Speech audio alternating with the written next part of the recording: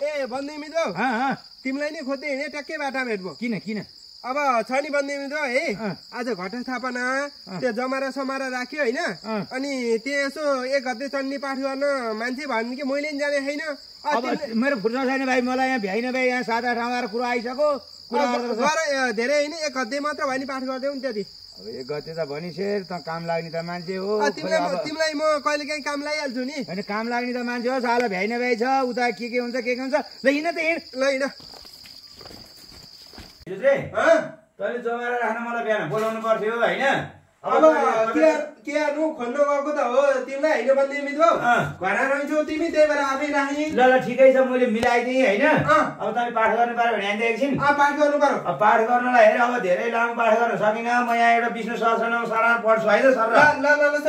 ल हात जोडेर बस हात जोडेर बस शान्ताकारं भुजगशयनं पद्मनाभं सुरेशं विश्वाधारं गगन सदृशं मेघवर्णं शुभांगं लक्ष्मीकान्तं कमलनयनं योगी विद्यानगम्यं वन्दे विष्णु भवभयहरं सर्वलोकैकनाथं यस्य स्मरणमात्रेण नमः संसारबन्धनात् विमुच्यते नमः तस्मै विष्णवे प्रभवितवे नमः समस्त उदाहरणानि उदाहरणानि हनि करुणा विषये प्रविष्टवे वैश्वानुवाच श्रुत्वा शेषेण पावनानि सर्वश युधिष्ठिर शान्तकं पुनरेव वाचत युधिष्ठिरवाच किमेकं धर्मं मुलुके किवाक्यं परायणं ये मुसा राक्षमे ये नते याति पराभवं ल मैले यो सिद्ध्याइदिएँ है अब म अन्त पनि लाग्नु छ अब के अन्त अब तैँले यसो केही त गर्नु पर्यो नि अब गरिहाल्छु नि म बन्दी मित्रलाई टिको लडाइ त पठाउँदैन नि ल लगाइदिनु टिको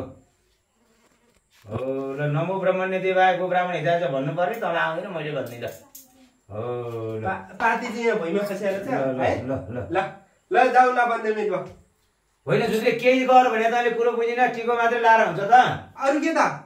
यतिका टिको लासी दक्षिणा दिनु पर्दैन ओहो दक्षिणा नि दिनुपर्ने हो दिनु पर्दैन त दक्षिणा यति पढे नि दक्षिणा चाहिन्छ त अनि जति पढिन्थ्यो यत्रो आएर पूजा आज गर्ने अनि दक्षिणा चाहिँदैन त अनि मैले उहाँ स्कुलमा पढ्दाखेरि 1 कक्षादेखिबाट 10 कक्षासम्म पढ्दा त्यत्रो पढे 10 11 वर्ष पढ्दा 1 रुपियाँ दक्षिणा पाइन तिमीलाई अहिले आधी घण्टा आएर पढेपछि दक्षिणा चाहिन्छ कस्तो तालको मान्छे रहेछ यो म अब आउन त ताल्न तुर्को